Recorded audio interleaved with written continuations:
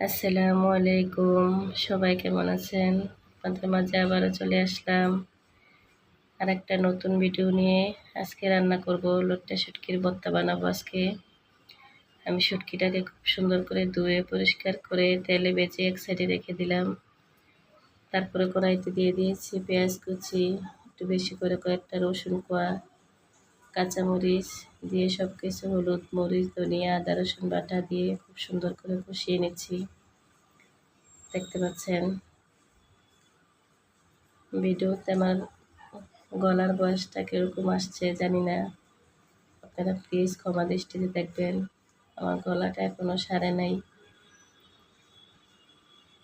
কেমন হয়েছে আমার ভর্তাটা কমেন্ট করে জানাবেন। যদি ভালো লাগে প্লিজ লাইক, কমেন্ট, শেয়ার করে পাশে থাকবেন। ফেসবুক পেজটা ফলো দিয়ে। একদম ভর্তাটা বানানো প্রায় হয়ে গেছে, আপনাদেরকে পরিবেশন করে দেখাচ্ছি।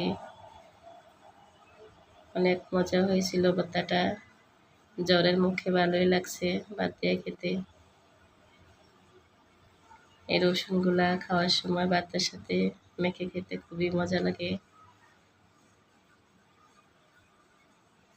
সবাই আপনারা পাশে থাকবেন, সবাই সবার পাশে থাকবেন, ইনশাল্লাহ একদিন সবাই এগিয়ে যেতে পারবো।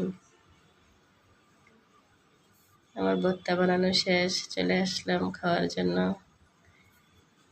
সাথে ছিল করলা ভাজি, লেবু। অনেক মজা হয়েছিল ভর্তাটা।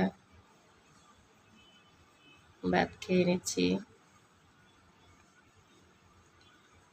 আজকের মতো এই পর্যন্তই। আল্লাহ হাফেজ। সবাই ভালো থাকবেন। ধন্যবাদ।